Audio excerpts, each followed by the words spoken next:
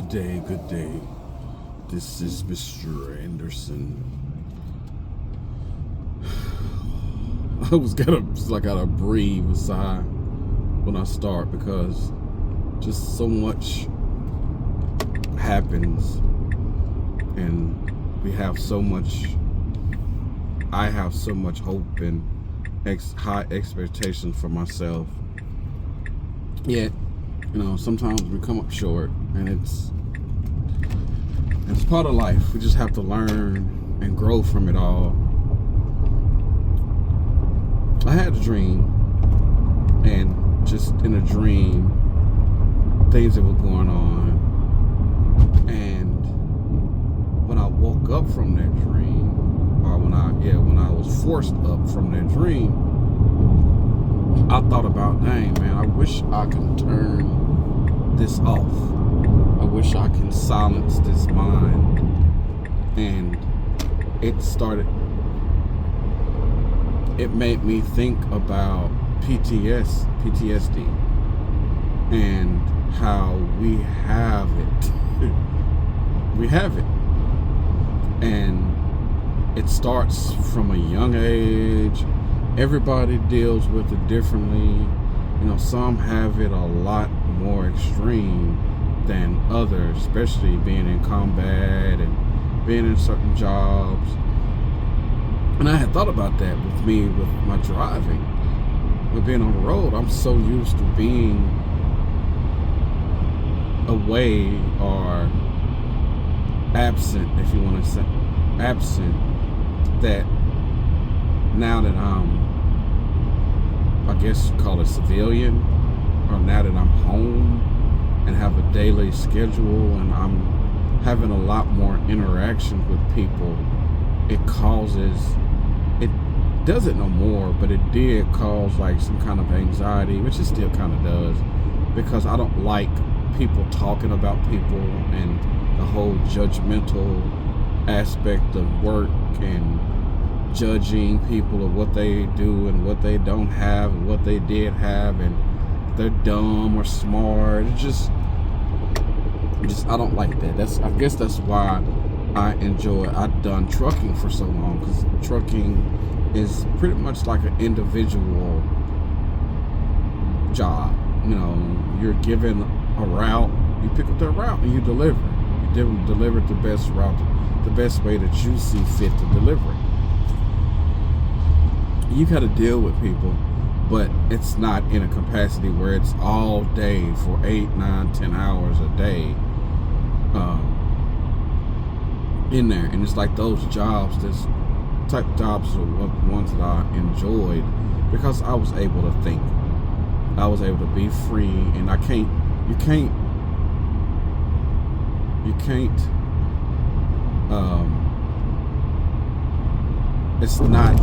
it's an individual, I want to say individual sport, but it's an individual effort. It's just all about what you do in that allotted time, how much work you get done. And me being me, I always push myself. And kept a pace and work. That's what I do. That's just how I am.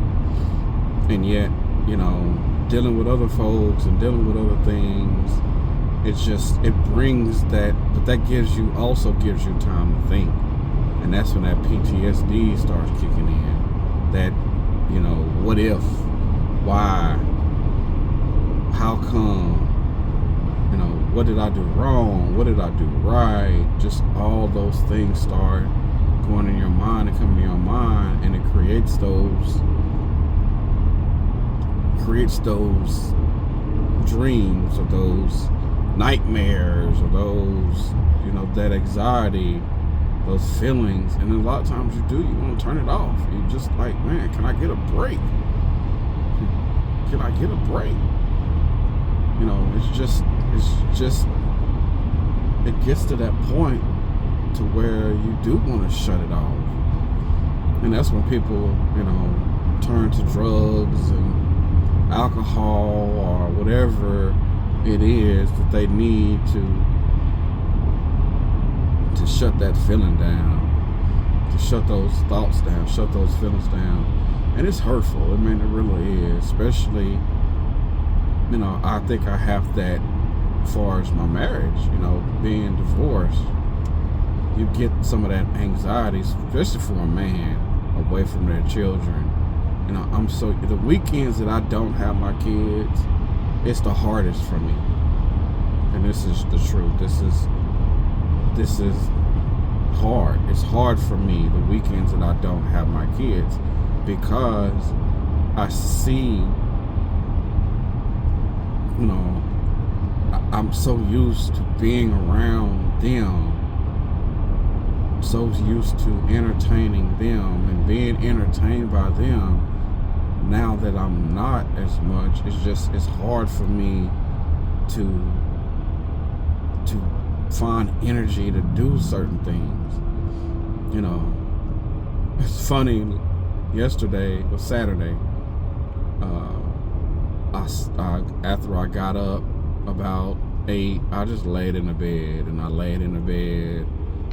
and you know, just the weekend I didn't have my kids,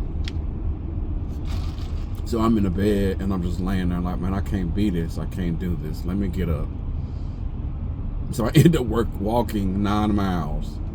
I put my headset on, plug my car in, and I walk 9 miles, and just thinking about things and you know, my business ideas and my trading and my children and my job, and just putting everything in perspective, you know, going to court for stuff. And that part, it was crazy. It's like, man, I took pride in staying out of trouble, staying out of the court system, staying, you know, driving trucks, making sure my records was clean, making sure that I did, you know, law-abiding citizen, so I wouldn't, you know, hinder my license or my CDL license or doing anything to get that taken away from me, and going to courts and stuff. I pride myself in doing that, yet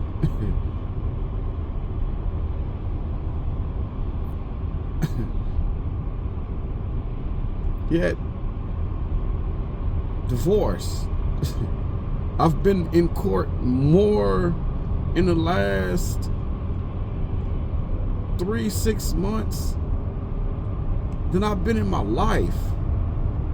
And it's crazy to me. And then still getting threatened about, you know, going to jail because I didn't pay, or just because it's like, man, I pride myself on staying out of trouble and raising a family and being a dad and being a husband and being a pillar to this society and helping. Yet as soon as it's just crazy to me, man. It's really nuts. It's really, really crazy. You know, how things can turn, and, you know, my financial situation shifted so much. Like, it's just crazy, man. It really is. And then that's when that PTSD start kicking in, you know, and then those thoughts and those dreams, and I see why people snap. And that was what happened in my dream. That's what happened in my dream. You know, I had the dream of, you know, what every man hate to come home to was your spouse, your woman cheating. You know, your woman cheating on you when you come home. You catch that, and it's like, what do you do? What do you do? Not that that's happened to me. Not that that's happened to me. Yet that energy is out there. Those thoughts are out there. That, you know, and I think about that. Like, what if we do get back in a relationship? What if you do get back in that situation? Could you trust a person? And I think a lot of this is, I talked to a friend of mine, and she was going through that. A guy, you know, her current man cheating, and them working through it, and you know, knowing that, and it's like that same thing, that PTSD kick in. Like that, you claim you want to do right and be right, but then you don't give me the signs that you're doing right. You're not answering the phone at a certain time. I don't hear from you for a certain amount of hours, or you don't send those same texts you send at one time, but you want me to continue to think that you're not cheating, that you're not being that person. You haven't changed. You're not giving me those signs. So it's like that stress, that stuff syndrome comes back up. It's like, man, I can't trust or depend on you.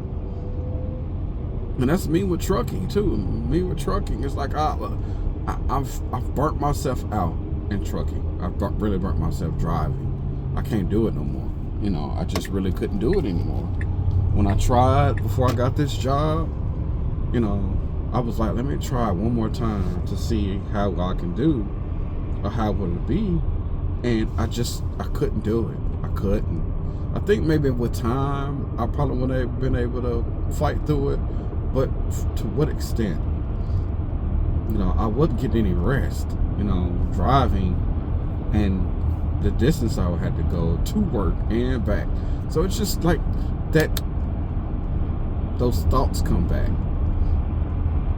That anxiety or those feelings come back, and your nervous system, which, your brain plays a big key and factor in all that stuff. And that's what gives you that anxiety, or gives you that post-traumatic stress stuff. That's what brings that stuff up. And it's like, you have to regulate that. You have to regulate that. And that's what I'm trying to do. And it's like, I really don't have any hobbies. My main hobbies is trading, and I do want to create my business, but I'm at a point with my trading and my business. It's like businesses. It's like, now I want to make it, like actually legalize it and do the things that it is that I want to do. Yet I can't, because I'm dealing with all the other stuff, all the other problems, all the other issues, the lack of resources, financial resources, the lack of motivation sometimes. It's just hard, and it puts me in that mindset of just wanting to stay home and in the bed. It's like I'm single. It's Friday, Saturday. Where am I at? I'm in the bed thinking about my kids. I'm walking 9 miles thinking about my life. I'm missing my children. And then the fact of, when I like going to the Tanker outlet right here, just past it, and sitting out. They got a nice little area out there. Y'all seen a video of it. That's where I take my kids sometimes. A lot of times. They love going to, they call it the Christmas tree, but they have a big, beautiful Christmas tree up there. Christmas time. Yeah, I love going over there, but I hear those kids playing, and that brings laughter to me. Then I see a beautiful woman with the children playing, and I'm like, man, it makes me think about my family, or it makes me think about, like, man, let me go holler at her real quick. Let me go see if I can get a number. But then I think about it for what? Because I'm gonna feel like I'm cheating on my kids with other kids. I feel like I'm cheating on my kids with other kids. And the attention that I could be giving to my children, I'm giving it to somebody else's children. I know this might sound harsh, but I don't want to do that. I don't want to do that. I want my kids to get all my attention. I know what it feel like to be a stepchild. I know what it feel like to be kind of left to the side, in some sense. And I've heard stories of, seen stories of children that when their parents split up, they feel left out. They feel like they're not there. And I don't want my children to feel that, which I know they're feeling it now. My son told me the other day, which I don't know, he said he seen me at home and I had a hat on and he said hello to me. Was that a dream? It made me question some things. It's coming on. It ain't even really been a year since my divorce, and since this, and it's been a struggle that, then you see that person, or you see pictures of that person, and it just brings back up those thoughts of, man, we could have been, we could have, should have, would have been, and what did I do wrong, and why, and I want my family back, or I want this back. So, and it just brings up all that anxiety all over again, man. And it's hard. It gets hard. And then dealing with the courts, and dealing with, going back and looking at paperwork and reading back over stuff. It's just like I'm ready for a lot of this stuff to be over, so I can move on. So I can move on with my life and do what I need to do for me and my children, and be there for them.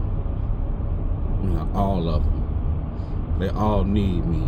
Our children need their mother, and they need their father in some kind of capacity. If it's full-time, part-time, or whatever. They need us in our lives. And that helps build them. And that calms their PTSD when they grow up. They won't have it as hard as we do. And that's one of the things that I want to build. And that's when they talk about legacy and all that stuff. That's part of that. It's part of that resources. I want to be a resource for my children. It ain't about legacy. It's about resource. Being resourceful for them. It's leaving them resources. It's leaving them an opportunity to think and grow and be what they want to be and do what they want to do.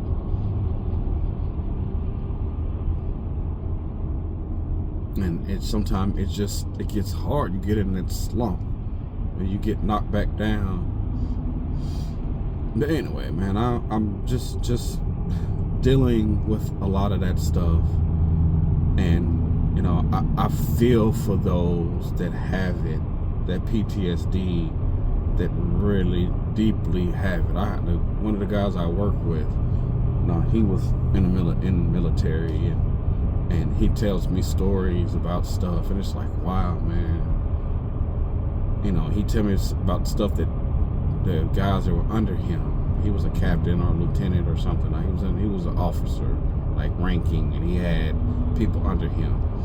But he talked about how some of those guys are they're gone, like they're mentally gone, and they're numb from all the medications and all the trauma that they've seen. And it's like, wow, man, I'm sorry, because I'm having a hard time with just the things that I got going on here. I could just imagine that. So, that's when we really have to support each other, support our troops, support our veterans. I really believe big in that. I hate to see them people that's actually being the pillars to this society and this country be just thrown to the wayside. I hate seeing that. Yeah, I know it's the norm here, really. But we have to really look and value people differently, things differently. So, with that being said, man, like I said, I appreciate everybody. I appreciate what you do. I empathize and sympathize with all situations, and I know we all want to get it right. It's hard in a certain sense, due to the lack of resources or education or direction, alignment, that outlet. We need that outlet. That's what my son was telling me last night about how he got upset about something. Somebody said something to him, and he started shaking, and I started twitching. We got to learn how to cope with our anger and our frustration. and that PTSD, because and I told him it's going to explode. Either you're going to explode, you're going to end up having a heart attack at a young age. Your blood vessels going to burst, and what is it, aneurysm? So we gotta be careful with ourselves and our health. But that's the stuff is real. The shit is real, man. And I'm a living testimony of what it is to keep trying to get up and keep motivated, and missing your children and missing what you had, but also wanting to bring that value with you to the next, to the next steps of you, and to the next life of you and energy of you. You just got to keep pushing, man.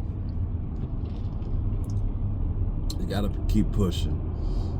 As I see this guy passing this bridge, and I see this guy, they got a whole tent over here under the bridge, or they got a gate under the bridge where a guy was living under the bridge.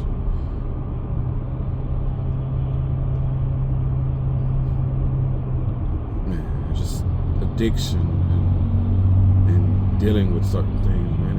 It can be hard. It can drive you to do things that, man, y'all stay up. Y'all stay up. Stay up. Stay motivated. Enjoy the sunrise and the sunsets and the laughter and playing. And we only got one time here in this flesh, so enjoy it with these people that you can.